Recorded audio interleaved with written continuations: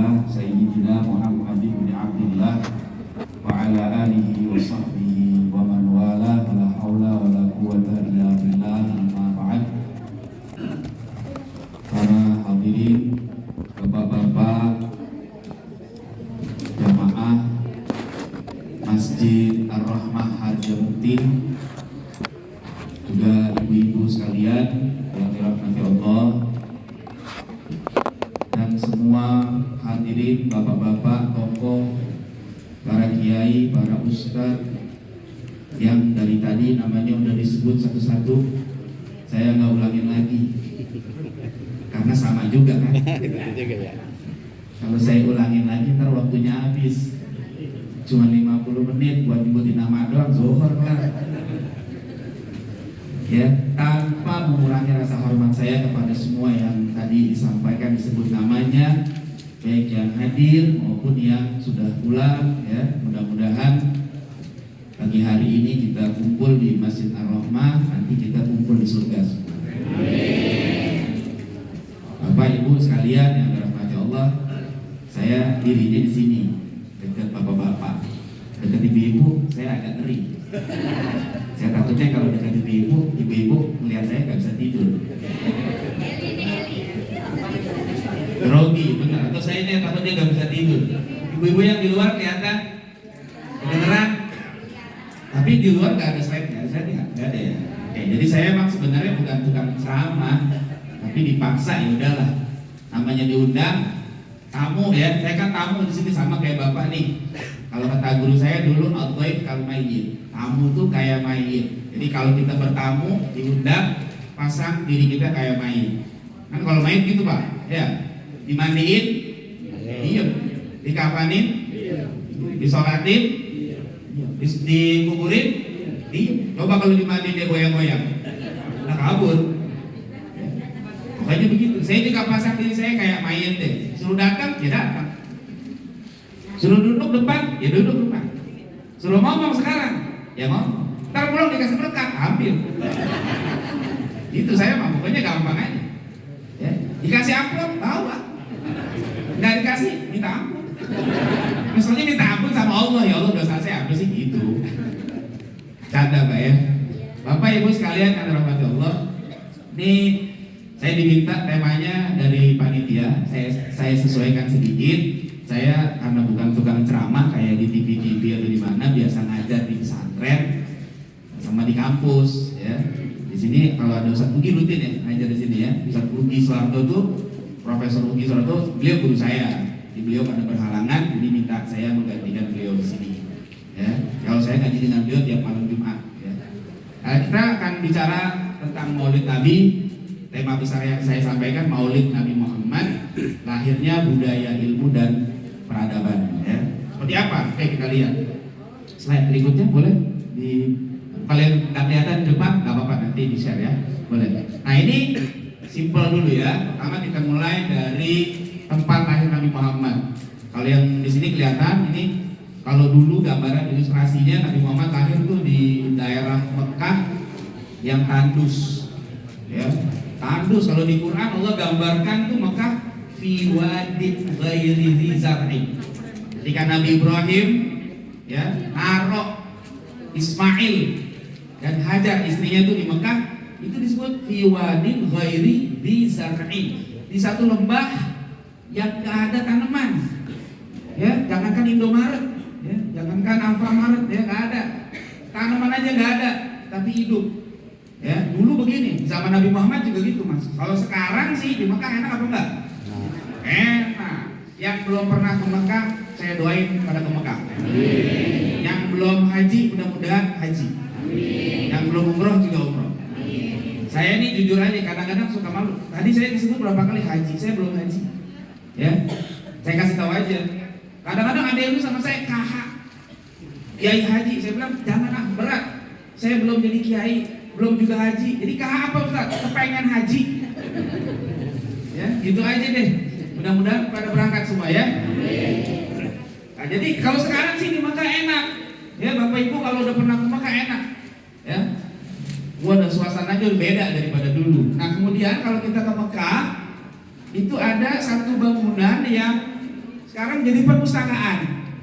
Kalau bapak ibu yang udah pernah umroh atau haji, habis sa'i, ya kan tawaf, naik ke atas sa'i, habis sa'i keluar tuh ke tempat tahalul, turun ke bawah di sebelah kiri tuh karena ada toilet, atasan dikit ada gedung ini nih, gedung perpustakaan. Nah ini adalah tempat kelahiran Nabi dulu.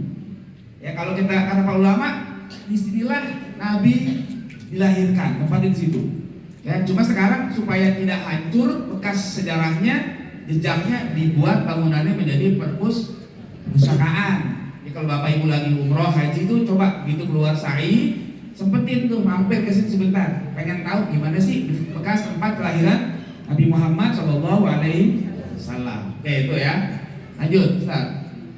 Nah, selain di tempat yang tandus, Nabi Muhammad lahir di Mekah yang waktu itu banyak masalah moral. Ini sebenarnya bukan terjadi di masyarakat Arab aja nih, di semuanya. Kalau kita baca buku-buku sejarah, Bapak Ibu sekalian, di Yunani, Romawi, Cina, Persia, India, semuanya mengalami masalah moral. Semuanya. Di Yunani dikenal dengan mitologi Yunani, mitos, banyak tuh di Yunani itu. Di Romawi ada gladiator, orang berantem sama orang diadu sampai mati, nggak ada wasitnya. Kalau sekarang tinju ada wasitnya, kalau dulu nggak ada. Udah bosan orang sama orang, ganti orang lawan singa, sampai mati, pokoknya yang mati kalah. Udah sampai begitu, dulu di Romawi kayak begitu. Di Persia ada kelompok aliran namanya Mazdakiyah. Ajarannya macam-macam aneh, sampai ada yang membolehkan hubungan sedarah. Bapak boleh kawin sama anak perempuannya tuh. Di Persia dulu begitu. Banyak lagi. Nah, termasuk di Jazirah Arab, tempat Nabi Muhammad dilahirkan, ada beberapa masalah. Meskipun nggak semuanya, tapi ada beberapa. Contoh beberapa masalahnya apa di sini? Satu, judi. Meskipun dulu belum ada judi online. Ya, kalau sekarang kan banyak ya. Hati-hati nih judi online. Ya, dulu judi, wah di masyarakat Arab ada juga yang hobi judi. Kemudian khamar. Apa khamar? Minum arak, cekek botol. Ya, orang-orang Arab tuh. Dan itu udah mendarah daging ketika di masyarakat Arab.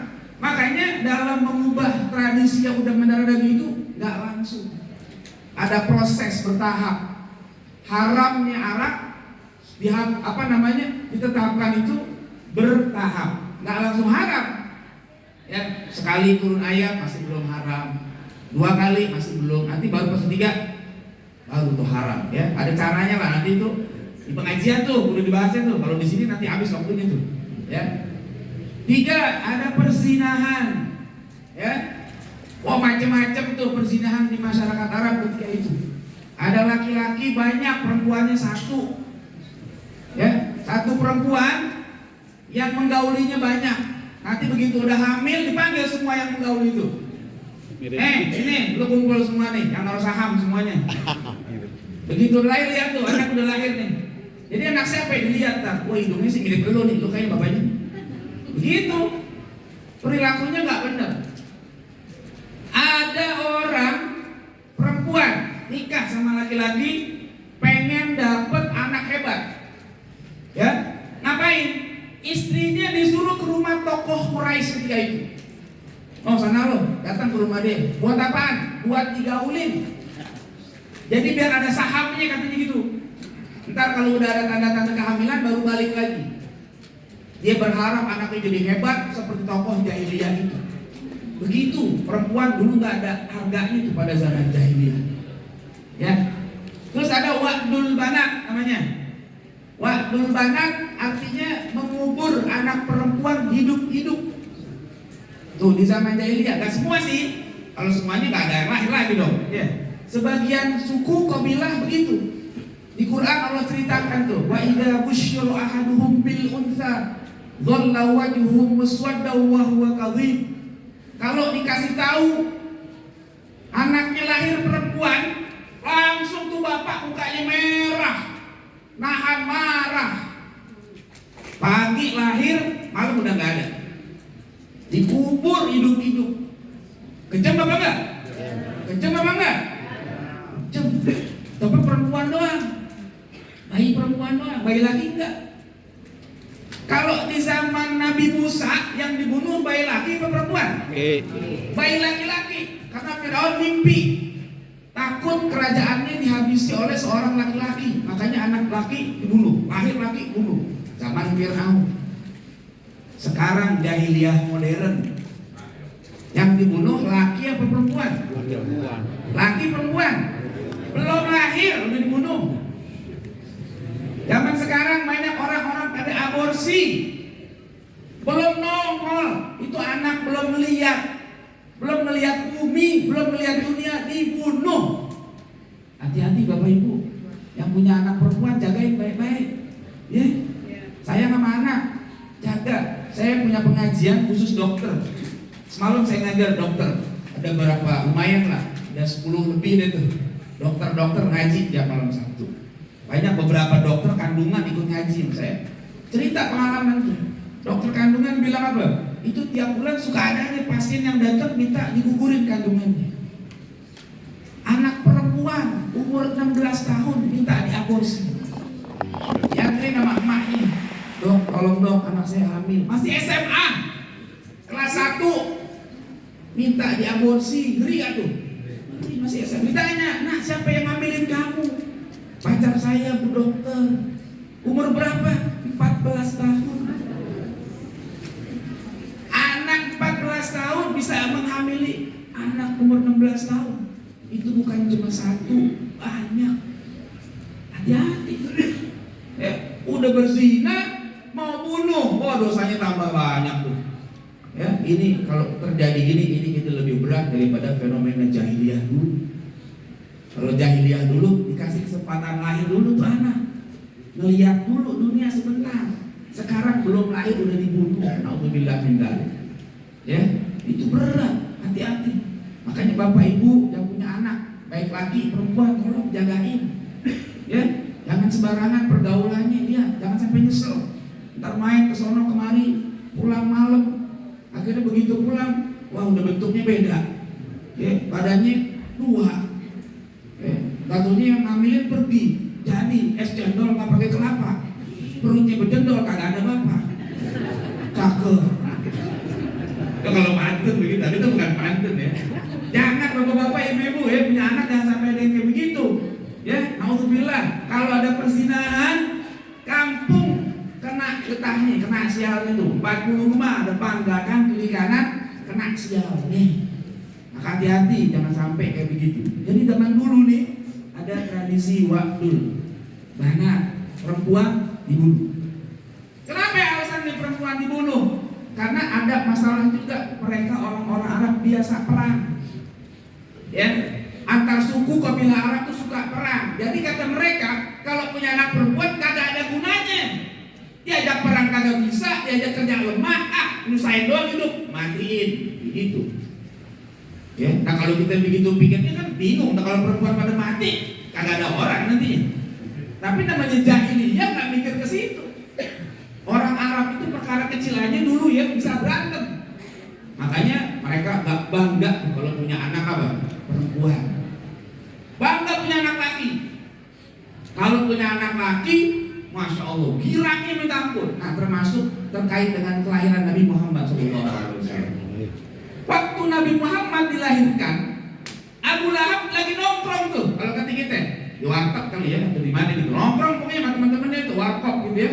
Dikabarin, ponakan udah lahir. Iya, laki perempuan, laki, langsung gila banget ya. Yang ngabarin itu budaknya tuh, langsung karena kamu ngasih kabar gembira, kamu saya merdekain. Saking girangnya punya keponakan, bagaimana anak itu? Ponakan lahir langsung budaknya dimerdekain. Bebas. Nah, gara-gara itu Abu Lahab tiap hari Senin siksaannya diringanin di neraka. Tiap hari Senin nih, karena minggu Sabtu ya. Minggu, besok Senin, Abu Lahab ada keringanan tuh nanti agaknya. Dari kubunya keluar air. Bisa disep-disep di neraka. Gara-gara girang sekali dengan kelahiran Nabi Muhammad Sallallahu Alaihi Wasallam. Gimana kita yang selalu girang dengan Nabi Muhammad, yang selalu ngaji tentang Nabi Muhammad, yang ngikutin jalan Nabi Muhammad, yang ngikutin akhlak Nabi Muhammad. Mudah-mudahan kita kumpul di surga. Itu sekali girangnya itu. Abu Lahab itu sekali dapat dispensasi kayak begitu. Itu diriwayatkan oleh para ulama. Imam Bukhari menyebutkan, ulama-ulama hadis menyebutkan, sampai seorang imam hadis Al-Hafidz Ad-Dimashqi bikin syair, tapi bukan dalam bahasa Haja Mukti, bahasa Arab. Ya, pakai bahasa Haja Mukti, ada cakepnya. Bahasa Arab jadi nggak ada cakepnya. Idza kana hadza kafiran ja'a dhammuhu bitabbat yadahu fil jahili mukhallada ata annahu fil yawmil itsnaini da'ima yukhaffafu anhu lisururi bi ahmada fama dhannu bil abdi alladhi kana umruhu bi ahmada masruran wa mata wahida. Kalau bahasa Arab itu cakep. Kata Imam Al-Hafidz Ad-Dimashqi apa? Idza kana hadza kafiran ja'a dhammuhu.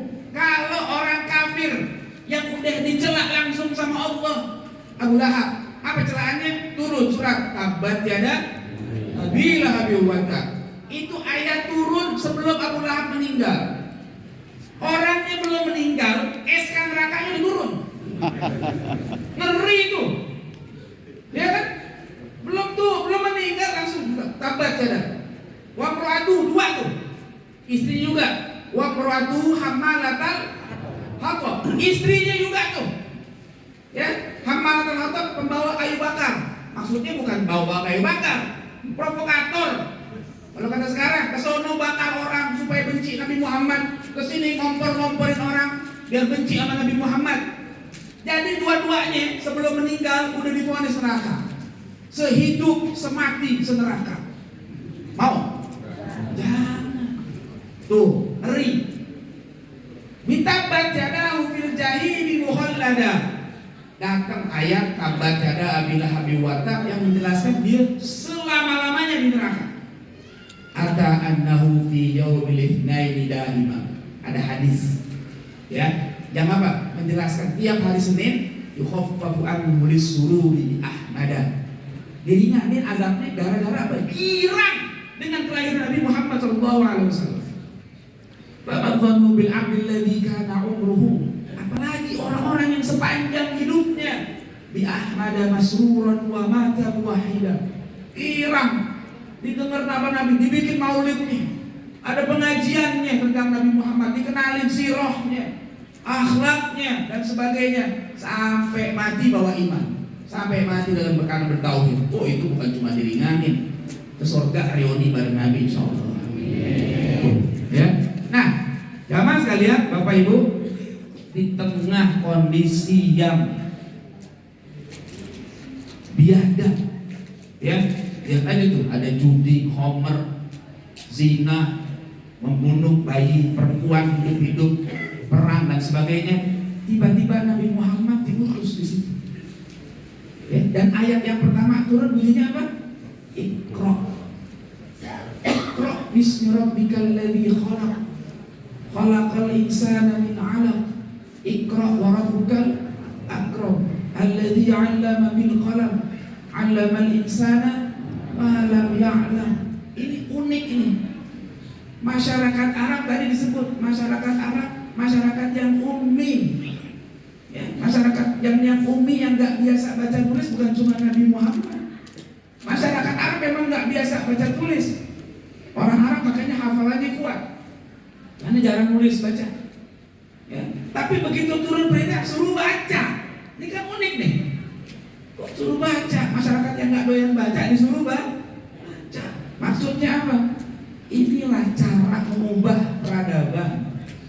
Semua masalah ada, tapi solusinya memang dari ilmu. Kalau kita pengen mengubah keadaan kita, kudu pakai ilmu. Kalau nggak ada ilmunya nggak bisa berubah. Kalau seandainya ada orang bilang sekarang kita banyak hadapin masalah, ekonomi kita bermasalah, ya, politik kita bermasalah, sosial kita bermasalah, ya, dan lain-lain banyak, betul. Tapi sumbernya karena masalah ilmu.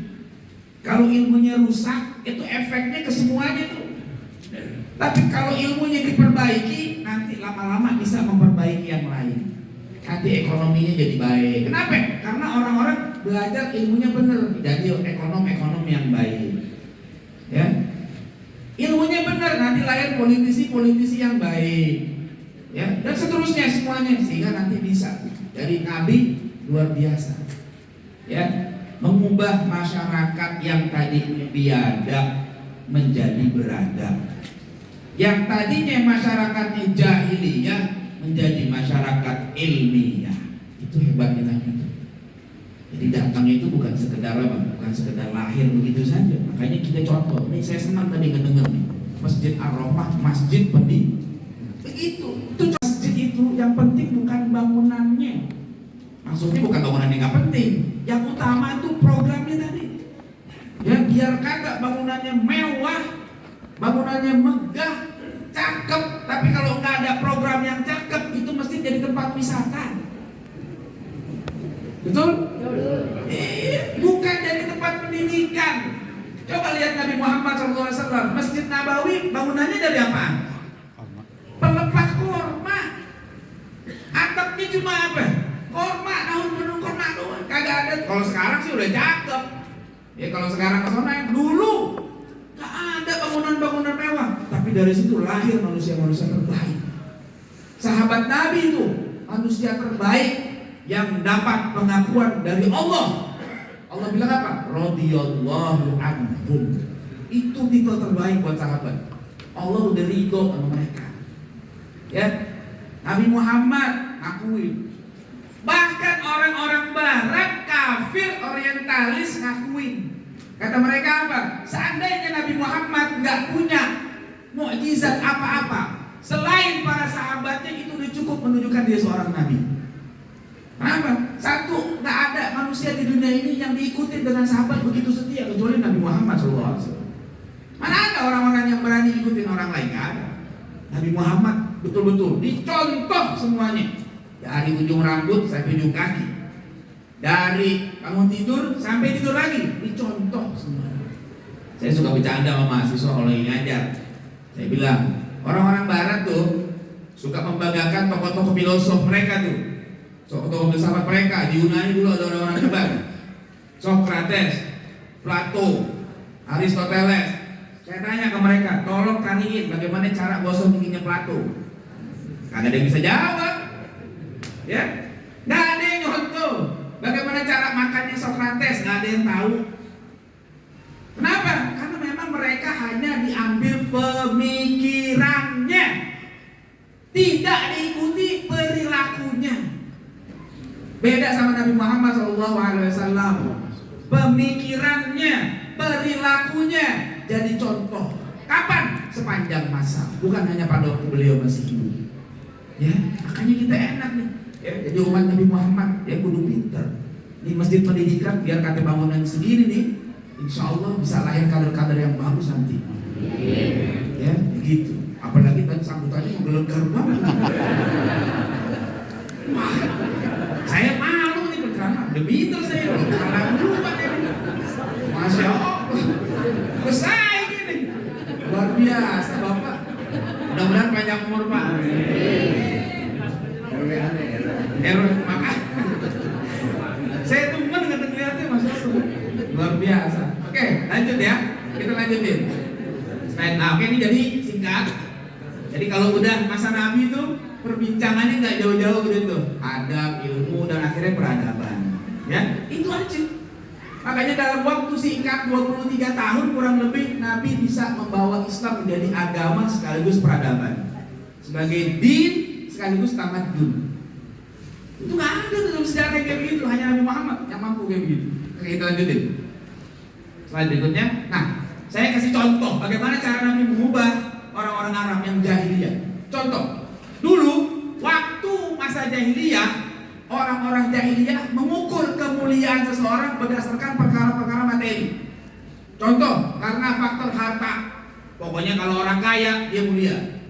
Dulu tuh zaman jahiliyah, orang yang punya jabatan orang mulia, orang yang punya fisik cakep dia orang mulia. Orang yang punya kekuatan, dia mulia. Atau keturunannya bangsa Quraisy, ya, bangsa kalau kata kita darah biru. Ya, banyak makan spiritus kali itu. Dianggapnya mulia tuh orang-orang dulu begitu. Makanya orang-orang kayak Abu Lahab, Abu Jahal disebut rajulun karim. Orang yang mulia. Kenapa? Dia punya duit. Dia punya jabatan. Keturunannya keturunan bangsawan. Orang mulia. Itu versi jahiliyah. Begitu Nabi Muhammad diutus, diubah mindset itu. Turun ayat, inna akramakum indallahi atqakum. Yang paling mulia itu bukan yang paling kaya. Yang paling mulia itu bukan yang paling banyak jabatannya. Yang paling mulia itu bukan yang paling cakep, paling ganteng, bukan.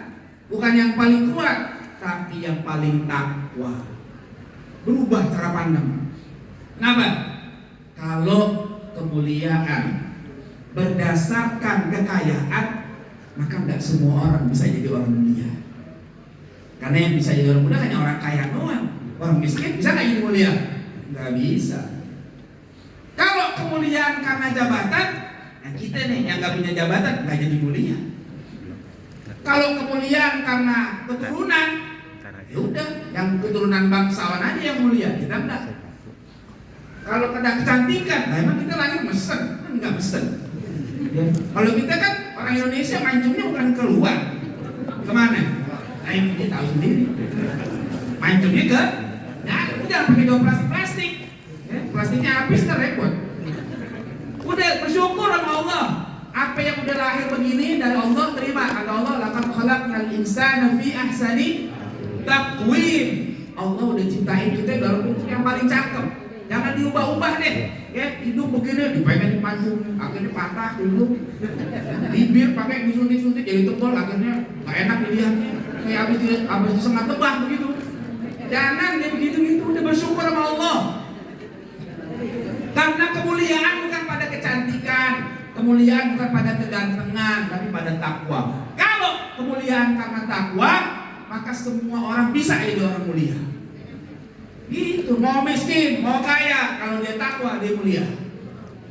Mau laki, mau perempuan, kalau takwa dia mulia. Mau pejabat, mau rakyat jelata, kalau dia takwa dia mulia. Jadi bukan karena jabatannya, tapi karena takwanya. Sampai yang disebutkan dalam satu athar ulama, al-jannatu liman ittaqa walau 'abdan habasyiyah. Surga Allah siapin buat orang yang bertakwa. Meskipun dia budak dari kalangan suku Habasyah, kayak Bilal. Bilal itu dulunya budak, hitam. Fisiknya nggak enak dilihat, kulit hitam. Sampai orang-orang kafir menjuluki Bilal sebagai apa? Gagak. Gagaknya Muhammad tuh. Kalau Bilal lagi azan dibilang tuh gagaknya Muhammad lagi ngoceh tuh. Fisiknya udah nggak enak dilihat, emang hitam. Orang-orang Ethiopia begitu kulitnya. Tapi kata ulama, walau abdan habasyiyah, masuk surga nih.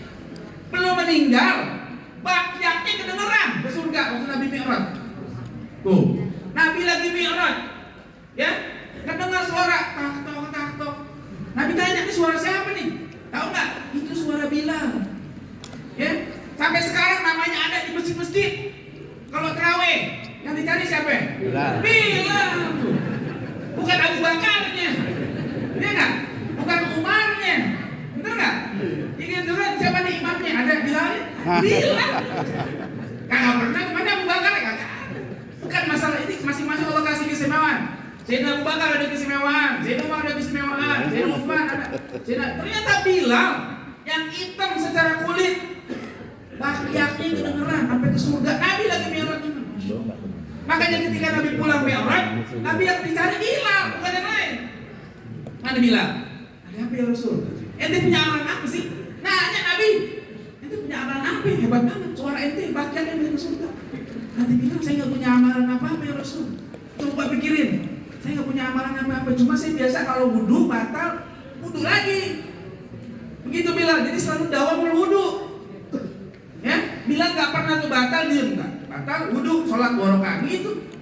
Ya, kalau diamalin nih sama jamaah ramah, sendal jepit nih kadang-kadang. Sampai ke langit ke-7, malaikat bingung nih suara sendal jepit satu merah satu hijau lagi. Ya, tapi amalin tuh ya, kudu dijaga begitu ya. Tuh, Bilal, meskipun secara fisiknya hitam, jelek, orang nggak suka, tapi dia takwa, surga buat dia. Terus apa lagi? Wanaru liman asal walau sayyidan qurasyian. Neraka buat orang yang maksiat, apalagi kafir. Meskipun dia sayyid, tokoh dari bangsa Quraisy. Tapi Abu Lahab tadi itu contohnya tuh. Abu Jahal, dia tokoh-tokoh Quraisy tapi masuk neraka. Kenapa? Karena dia kafir. Karena dia ingkar kepada Allah Subhanahu wa taala. Ya, makanya ketika Nabi turunkan ayat ini, Allah turunkan, Nabi sampaikan tuh, kemuliaan berdasarkan takwa.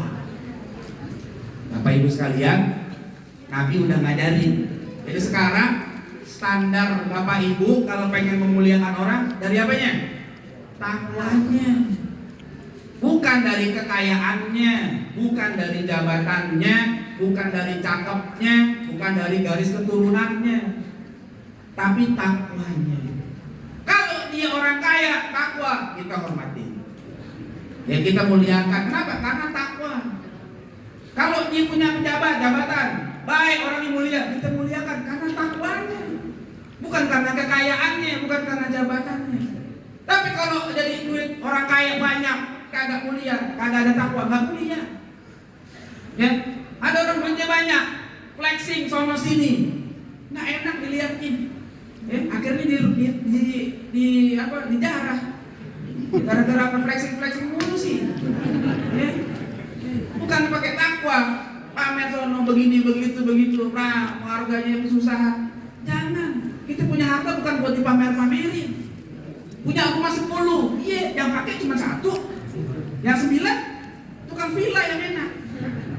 Yang pada punya villa tuh di puncak tuh, yang enak tukang villanya bisa berenang tiap hari. Ya kan? Yang punyanya nggak berenang tuh. Nengokin seminggu sekali juga belum tentu. Ya, jangan begitu. Jadi kita nih kalau pengen memuliakan orang, lihat ke takwa.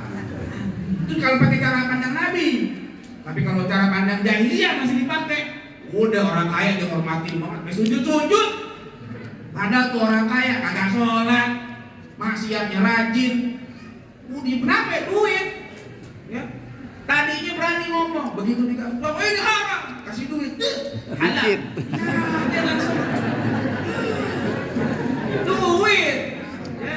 Begitu ditempelin lagi, halal. Berubah. Ditempelin lagi, harum. Jangan, jadi bukan karena duit. Ya, ada pejabat datang, kalau dia takwa kita muliakan. Kalau dia korup jangan dimuliakan, jangan dipilih lagi. Betul? Nah, begitu. Cocok belum jadi gitu ya. Yang biar ada temennya Pak. Bapak semangat, dia juga semangat Pak. Jadi kita memuliakan orang berdasarkan apa? Takwa. Bukan masalah cakep, bukan masalah badannya gendut, kurus, enggak. Takwa. Kalau dia takwa dia mulia. Tuh pakai cara pandang Nabi begitu. Jadi besok-besok kalau bikin acara yang tempatnya VIP, VVIP itu, yang subuhnya berjamaah terus, tuh VIP itu, ya, yang jarang ke masjid, ngantri,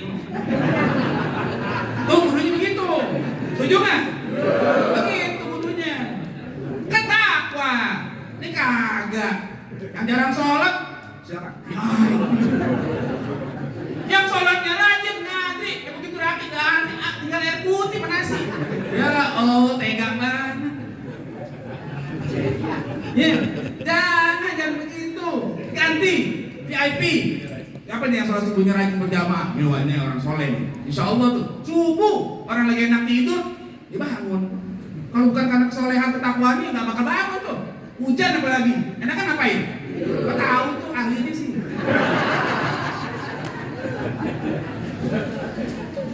Nah kita lanjutin. Nah terus cara pandang Nabi lain lagi nih. Nabi bilang, kan beliau ini hadis terkenal. Kalau kita mau lihat di mana ini sebenarnya. Innaman bu'itsu liutammima makarimal akhlak. Nabi bilang gitu. Aku diutus untuk menyempurnakan akhlak. Nah, karena akhlak itu adanya di manusia. Fokus Nabi itu ke manusia. Jadi Nabi itu bikin peradaban, membangun peradaban Islam, bukan bangunan fisiknya yang dibangun. Ya, bukan bangunan fisiknya, bukan berarti bangunan fisik nggak penting nih, jangan salah paham. Bangunan fisik kalau seandainya orang-orangnya kagak ada, ya kagak benar jadinya. Dikorup tuh bangunan. Yang dibangun manusianya dulu. Ya, kalau manusianya udah pada benar, bangun apa aja beres. Duit kagak ada yang ditilep. Tuh, ya. Banyak anak-anak makan keracunan. Kenapa? Banyak yang nilep. Tuh. Tujuannya bagus tuh program. Nih, tukang sunatnya banyak. Kenapa? Akhlaknya yang bermasalah. Bagus tujuan kita, hargai itu program bagus. Tapi masalahnya orang-orang yang terlibat ini masalah. Ya, Nabi enggak. Yang pertama itu apa? Orangnya dulu diperbaiki akhlaknya. Nabi kalau pengen nunjuk orang dikasih amanah nggak pakai lama fit and proper testnya. Ya, Muaz bin Jabal pengen diutus ke Yaman, cuma diajak ngobrol aja. Muaz, kalau kamu saya utus ke Yaman, bagaimana kamu bisa hukum? Dengan kitab umum. Kalau mau ketemu dengan hadis. Kalau enggak, saya ijtihad. Udah berangkat. Begitu jalan, nggak pakai lama. Siapa lagi diutus? Sahabat-sahabat lain dikirim sana kesini, nggak pakai lama. Kenapa? Nabi udah tahu kualitas sahabat itu. Zaman sekarang udah fit and proper test masih korupsi juga. Ampun deh. Ya. Akhlak itu yang susah.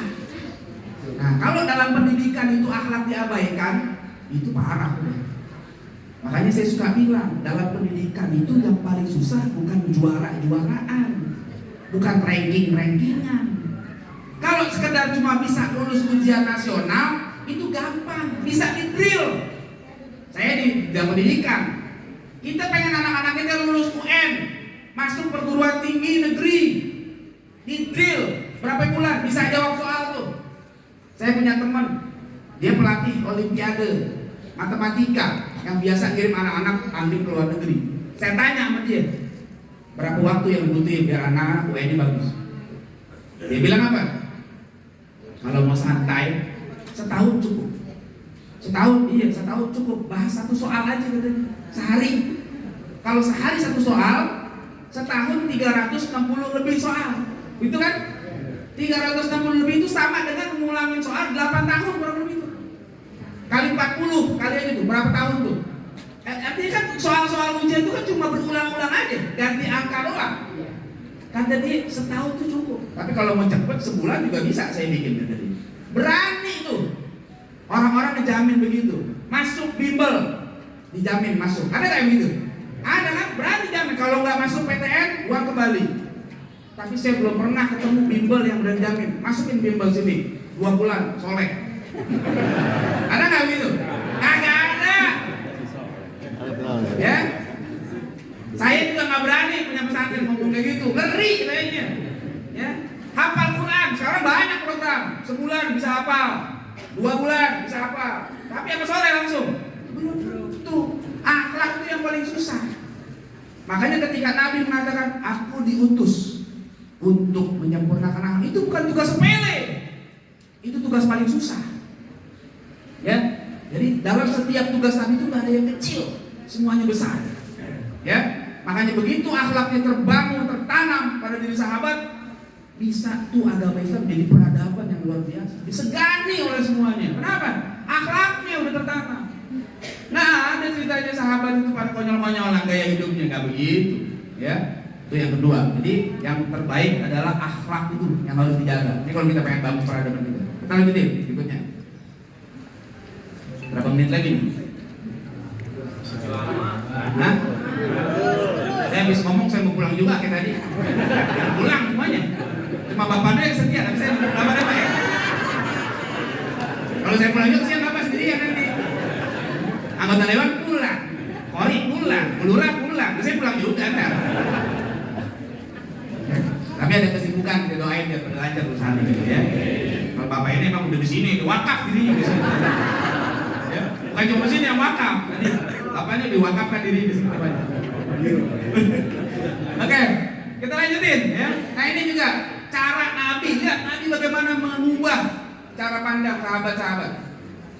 Kalau kita yang dengan orang pintar, orang cerdas, biasanya orang mengukurnya pakai apa? Pakai ilmunya, apalannya, dan sebagainya. Udah pintar, apalannya cepet, wawasannya banyak, juara ini, juara itu, dan sebagainya. Tapi Nabi nggak bilang gitu. Karena Nabi orang cerdas bukan begitu. Ya itu bagus, tapi bukan hanya itu. Nabi bilang tuh, al-kayyis man dana nafsahu wa amila lima ba'dal maut. Orang cerdas itu orang yang mampu mengendalikan nafsunya dan beramal sebelum mati datang. Nafsu, kita ada nafsu kan? Ada. Dalam diri kita ini ada nafsu banyak. Ada nafsu sabu'iyah, ada nafsu bahimiyah, nanti banyak macam-macam itu. Nafsu kebinatangan ada di kita. Makanya kita mau makan. Ya, boleh nggak ada nafsu makan? Boleh, tapi jangan kelewatan. Susah kendaliin nafsu makan. Betul nggak? Coba kalau untuk kondangan. Ayo, waktu kondangan gimana kira-kira? Semuanya tuh belusukan dari gubuk-gubuk, empek-empek, apalagi sate, apalagi somai, apalagi bakso, tekwang, nasi belakangan. Pinter ngaturnya, alim banget soal gituan. Ya, begitu udah kelar makan, bungkus juga lagi. Bukan ibu-ibu sini, ibu sono. Kalau sini mah kagak ya. Agak beda. Ya. Itu kan nafsu. Kita makan nih, boleh nggak makan? Boleh, asal jangan berlebihan. Yang bikin kita banyak kena penyakitnya bukan makan nih, tapi apanya? Berlebihan. Maka Allah bilang kulu washrobu wala tusrifu. Makanlah, minumlah, tapi jangan berlebihan. Ini kayaknya baca Qurannya ngantuk, cuma sampai kulu washrobu berhenti. Tuh, orang Allah suruh makan nih, minum. Itu wala tusrifunya. Ngantuk, udah berhenti udah. Semua dimakan. Yang manis makan boleh, kebanyakan diabetes. Bukan salah gulanya, kata gula diciptain pakai begini. Makan yang gurih-gurih, nggak apa-apa. Makan santan boleh nggak? Terusin yang banyak tiap hari, kolesterol. Yang salah bukan santannya, orangnya yang salah. Nafsu. Nabi bilang orang cerdas ampuh mengendalikan nafsu. Nafsu kebinatangan. Ya, makan, minum, syahwat, seksual. Manusia punya syahwat seksual, boleh apa enggak? Boleh. Kalau nggak ada syahwat seksual, kagak ada yang mau nikah. Habis nih generasi. Bapak Ibu, di Jepang hari ini mereka udah kebingungan, kehilangan generasi berikutnya. Banyak sekolah tutup. Kenapa? Nggak ada anak yang didaftarin. Udah nggak ada yang lahir. Kalau kata orang-orang intelek, bonus demografinya yang berkurang. Udah nggak ada, sekolah tutup semua. TK, SD udah pada susah. Makanya kenapa di Jepang produksi film porno itu tinggi banget. Karena pengen supaya orang pengen apa? Punya syahwat. Ternyata gagal program itu gagal. Kita mau nikah boleh, salurin syahwat boleh, asal jangan berlebihan. Ya, salurin ke tempat yang halal. Yang udah punya istri, ya udah ke istrinya, jangan ke orang lain. Ya, kita ngiri sekarang, sampai ngilu melihat perilaku orang-orang. Selingkuh gampang banget sekarang. Ya, hati-hati. Kayaknya zina udah bukan barang aneh. Ngeri. Ipar adalah maut. Tahu? Ustaz tahu juga nih katanya. Ya kan buat main drama lumayan gitu ya. Kan ada film tuh. Ipar adalah itu rame banget gitu. Ada lagi yang di kantor selingkuh ini. Oh Allah. Kan udah punya yang halal. Kenapa nyari yang haram? Kata Nabi apa? Dalam hadisnya, idza ra'a ahadukum ra'atan fa'ajabathu. Kalau kalian, bapak-bapak khususnya nih, melihat perempuan lain, fa'ajabathu, lalu tertarik hatinya, cakep banget tuh.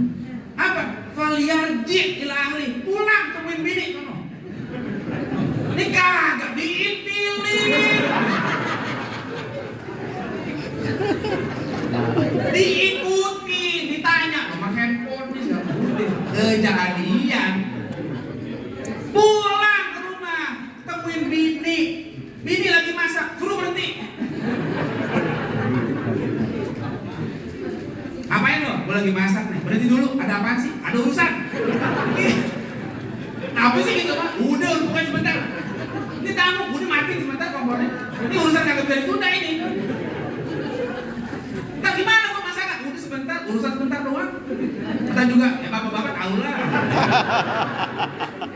Berapa lama sih ngomong aja kayaknya pakai obat apa? Tetap aja segitu-gitu juga. Udah pulang, dia ketemuin bininya tuh, ya udah salurin syahwatnya, halal apa enggak? Dapat pahala apa enggak? Dapat pahala. Begitu tuh selamat, rumah tangga selamat. Fal yarji ila ahli, kata Nabi, pulang temuin bini. Kenapa? Fa inna ma'aha mithla ladzi ma'aha. Karena yang ada di perempuan tadi, di bini ente juga ada. Ente suka apa sih? Pipinya ente pegang. Ya, pegang pipi bini boleh apa enggak? Ente suka apa lagi? Maafin pantatnya Ustaz, kayak kucing cendol. Kata orang Betawi dulu gitu. Bini ente juga bisa, tapi yang di rumah beda. Ente modalin kagak? Betul Bu? Pengen bini cakep dimodalin kagak? Yang bini bau bawang. Ya, kalau pengen bini cakep modalin. Tuh artis-artis cakep, skincare-nya aja sama duit pelajar bini kita banyakan skincare itu. Pantes, cakep, wangi, begitu pulang lain. Ya, modalnya kagak. Jadi bini kita bisa cakep kalau dimodalin, begitu.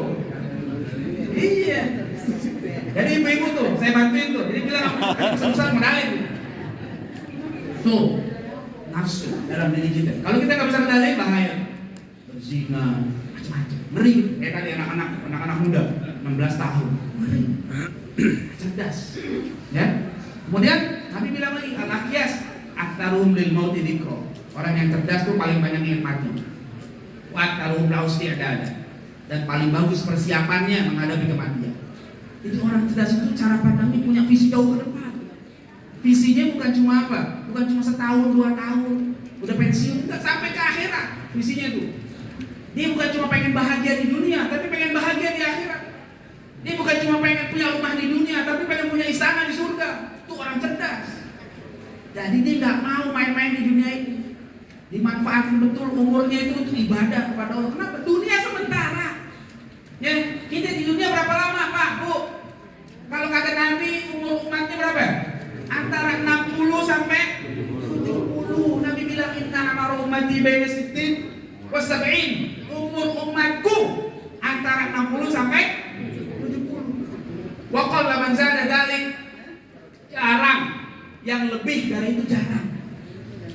Ada gak yang umurnya 80? Ada tapi jarang deh. Yang mana sekarang yang muda pada meninggal. Betul? Penyakit banyak. Tapi kalau pakai Nabi tadi bilang antara 60 sampai 70. Makanya ini malam yang umurnya udah 59 tahun, 11 bulan, 29 hari. Saya cuma ngomong doang. Bakal mati ya kita? Bakal mati sementara nih di dunia, kagak bakal lama. Betul nggak? Waktunya pulang-pulang. Udah terserah Allah. Saya begitu, prinsip saya terserah Allah. Mau saya belakangan bapak ibu duluan terserah. Mau bapak ibu duluan saya belakang juga boleh. Terserah Allah. Ya, tuh. Jadi ingat mati itu tanda orang cerdas. Tandanya apa lagi? Berbekal. Apa bekal yang kita siapin? Kita mau mati nih. Amal. Kalau kita dulu ngaji, kita sholat berjamaah, kita bantu orang-orang. Itu amal yang bawa mati nanti. Ya, oke lanjut lagi. Nah keluarga nih juga tadi ya. Ini cara pandang juga. Nabi bilang apa? Khairukum li ahli, wa ana khairukum li ahli. Karena Nabi orang yang terbaik di antara kalian adalah orang yang paling baik kepada keluarganya. Aku kata Nabi adalah orang yang terbaik buat keluargaku. Ini bagus nih, jangan dianggap sepele. Nabi ingin menjaga rumah tangga. Kenapa? Karena rumah tangga itu salah satu pilar peradaban. Ya, kalau rumah tangga udah pada kagak benar, rusak semua peradaban. Ya, bapaknya kudu benar, ibunya kudu benar, anaknya kudu benar, semuanya itu. Kalau orang yang sayang sama keluarga, dia kasih semua haknya dengan benar. Ya, makanan dikasih makan yang halal. Jangan kasih makan yang haram buat anak kita. Ya, jangan dikasih makan yang haram. Pakaian, kasih pakaian yang nutup aurat. Kalau sayang sama keluarga, bukan cuma pakaian. Kalau pakaian yang nggak nutup aurat, ya, you can see my kelek, you can see my tuur. Belum kasih pakaian namanya itu. Sayang sama anak, sayang sama bini, pakein pakaian yang menutup aurat. Emang nggak boleh Ustaz kalau pakai baju seksi? Boleh, tapi di kamar. Jangan belanja ke pasar. Pantesan bawa pulang belanjaan banyak banget. Salah pakai bajunya. Pakai baju seksi boleh, tapi di kamar sama laki sendiri boleh tuh. Ya, jangan juga sama laki rapat banget kayak lemper. Giliran keluar ngablak-ngablaknya. Jangan. Anak kita juga yang lagi perempuan tutup aurat itu kalau saya keluarga. Kenapa? Ya karena tadi kalau nggak dijaga rusak. Kan kita sayang kan sama keluarga kita. Kadang-kadang orang pintar ngomong zaman sekarang. Anaknya nggak dijaga, pergaulan kagak dijaga, pakaian kagak dijaga. Ternyata anaknya tadi hamil duluan, es cendol kagak pakai kelapa tadi ya. Begitu ditanya kenapa, ya maklum deh namanya kecelakaan. Gitu jawabnya. Sampai dibikin singkatan MBA, married by accident, menikah gara-gara kecelakaan. Kalau saya bilang itu bukan kecelakaan, itu bunuh diri namanya. Kalau kecelakaan itu dia nih orang jalan misalnya, di jalan udah benar, di pinggir, di trotoar udah benar, udah pelan-pelan, udah hati-hati, tiba-tiba di jalan ada mobil terbalik, ya, oleng, nabrak, dia kena timpa, itu kecelakaan. Dia udah jaga diri baik. Nah kalau dia rebahan di tengah jalan kelindes, namanya apa? Bunuh diri, bukan kecelakaan. Kalau udah pakai pakaian yang tertutup, aurat dijaga, pergaulan dijaga, masih ada yang gangguin, itu kecelakaan. Tapi kalau pakaian kagak dijaga, pulang malam boncengan sama laki-laki, bilang kecelakaan, salah alamat. Bapak ibunya kagak sayang sama anak, namanya kayak begitu. Kalau kita sayang, jaga anak kita. Bukan cuma sekedar ngasih makan, bukan sekedar ngasih baju, bukan cuma ngasih tempat tinggal. Allah pesan apa? Ya ayyuhalladzina amanu qu anfusakum wa ahlikum. Hei, orang-orang yang beriman, jaga dirimu dan keluargamu dari api neraka. Tuh, kalau sayang sama keluarga. Ya, lanjutin. Nah ini juga tentang sholat subuh, sholat sunnah subuh. Ya, rakaat al-fajri khairun minad dunya wa ma fiha. Kata Nabi 2 rakaat subuh sunnahnya tuh lebih baik daripada dunia dan isinya. Apa maksudnya? Ini cara Nabi menanamkan mental kaya, mental cukup. Jadi kalau dia udah dapat pandangan kayak ini, dia nggak bakal yang namanya kerja lupa waktu, ambisius, serakah, nggak ada. Dia udah kaya. Nabi bilang 2 rakaat lebih baik daripada dunia dan isinya. Mental itu diangkat. Udah jadi hidupnya qanaah. Kerja ya kerja, tapi waktu di ibadah ya ibadah. Ini jangan apa? Subuh belum subuh udah berangkat. Zuhur makan siang, asar langsung pulang, maghrib kena macet di jalan, isya ketiduran. Mau masuk surga, mau, kayaknya begitu. Kan kagak bener namanya kayak begitu. Kerja, tapi mental kaya itu harus diterapkan. Maksudnya apa? Kita nggak jadi berebutan, nggak ambisi sampai lupa waktu, lupa ibadah. Jangan giliran kerja, kenapa kerja? Ya kan dia dapat rezeki, tapi lupa sama yang ngasih rezeki. Cara Nabi membangun peradaban. Ya. Lanjut. Nah ini peringatan muhasabah buat kita. Jangan sampai ada 3 hal. Nabi kasih peringatan nih. Ya.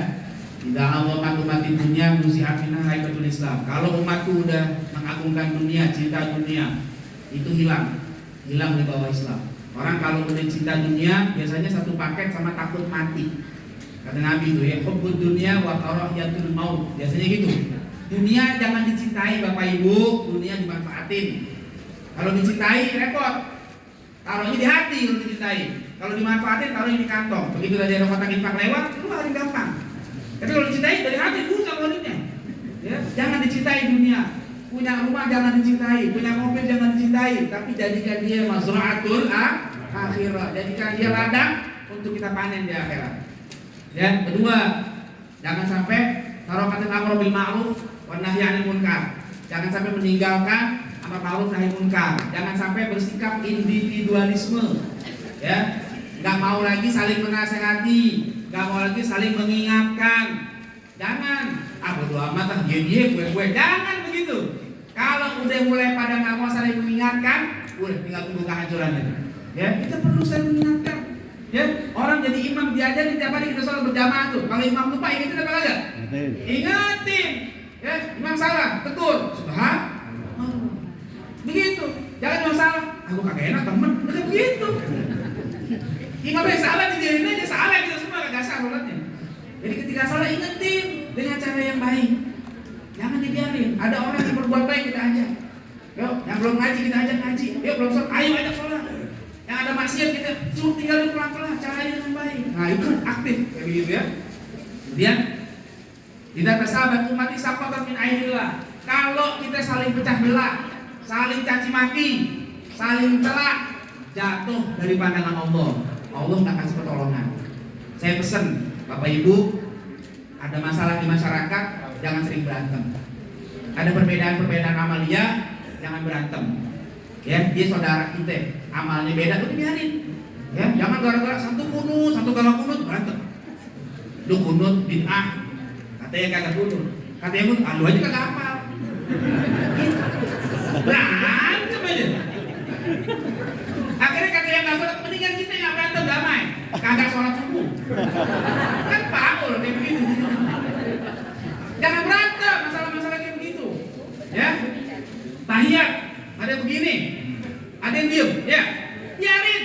Masing-masing ada dalil nih. Kalau ngaji ketemu, yang diem sekali, ada yang begini, nggak apa-apa. Asal jangan begini. Kalau ketemu soal begini, itu udah bukan khilafiyah namanya. Ya, jadi jangan berantem di masyarakat. Udah dibangun. Kalau kita berantem, kapan mau bangun? Ya, kata ulama, kapan bangunan akan bisa tumbuh, bahkan bisa terbangun kalau tangan kanan membangun, tangan kiri merobohkan. Nggak bisa. Jangan dijadwal berantemnya. Muharram berantem tahun baru Hijriah. Safar berantem. Ada hari apa gitu? Hari Rabiul Awal berantem Maulid Nabi. Sampai Ramadan masih berantem bacaan doa puasa.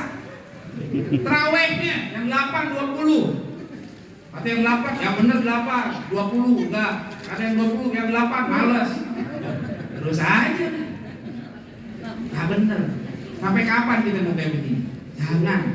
Ya, beda-beda tuh biasa. Dari dulu tuh biasa. Dari zaman Nabi udah ada perbedaan, nggak masalah. Nabi ngebangun di atas itu semua, nggak ada masalah. Ya, baik. Lanjut terakhir. Yang peradaban yang dibangun Rasul itu setidaknya ada 2. Konsep tauhid sama adab jangan dilupain. Kenapa? Karena tauhid yang menyatukan kita semua. Kita ini beda-beda banyak. Beda daerah, ya kan? Beda doyannya beda nih, ya nggak? Banyak doyannya macam-macam, beda-beda kan? Nggak sama kan? Yang satu tim mas makan bubur diaduk, yang sini tidak diaduk misalnya. Nah, nggak usah berantem. Kalau diaduk jijik begitu, lo nggak diaduk nggak enak. Gitu, biarin aja, ya kan? Nggak ada urusan. Mau beda-beda, kulitnya beda. Ada yang hitam, ada yang putih, ada yang coklat, ada yang oranye dan sebagainya. Macem-macem. Yang rambutnya keriting, yang rambutnya lurus, sampai nggak punya rambut, beda-beda. Tapi tauhid menyatukan kita. Ya Tuhan kita sama Allah, Nabi kita sama Nabi Muhammad. Begitu. Saudara kita di Palestina, kenal nggak? Punya hubungan saudara nggak? Tapi kita tolongin, kenapa? Ada tauhid. Kan kita nggak perlu nanya kalau mau ngebantu. Ini orang Palestina sholatnya kudu tapi kagak. Kagak benar kalau kayak begitu. Mau bantu Palestina, dulu tak jatuh, nanti mau tapi kagak. Begitu. Jangan. Kita disatukan sama Allah dengan tauhid. Kemudian ada adab. Adab itu untuk meletakkan perbedaan sesuai dengan tempat. Kalau yang harus toleran, toleran. Kayak tadi tuh, perbedaan toleran deh. Yang kunut nggak kunut, udah jangan berantem deh. Ya, yang terawih 8, 20 jangan berantem. Ya, yang mau maulid nggak mau maulid itu jangan sampai berantem. Sama-sama cinta Nabi, cuma caranya aja beda gitu, nggak masalah. Tapi ada perbedaan memang yang harus kita benar tegas. Misalnya ada yang ngaku Nabi, nah itu beda tuh urusannya tuh. Ya, saya nggak percaya Nabi Muhammad, saya Nabinya sendiri lah. Tapi nggak ada tuh setelah Nabi Muhammad dan ada Nabi yang lain. Ya, kalau dia ngaku ada Nabi lagi setelah Nabi Muhammad itu sesat, itu masalah. Ya, makanya kayak gitu memang nggak boleh dibiarkan, harus dihentikan. Kasih laporan kepada yang berwajib supaya jangan ada penistaan agama. Itu sekarang. Nah, mudah-mudahan dengan kayak begitu agama kita ini bukan sebesar agama saja, tapi juga jadi peradaban yang tinggi. Salah satunya terbangun lewat Masjid Haram ini. Itu aja. 50 menit pas. Kalau kurang, kalau kelebihan balikin aja. Assalamualaikum warahmatullahi wabarakatuh.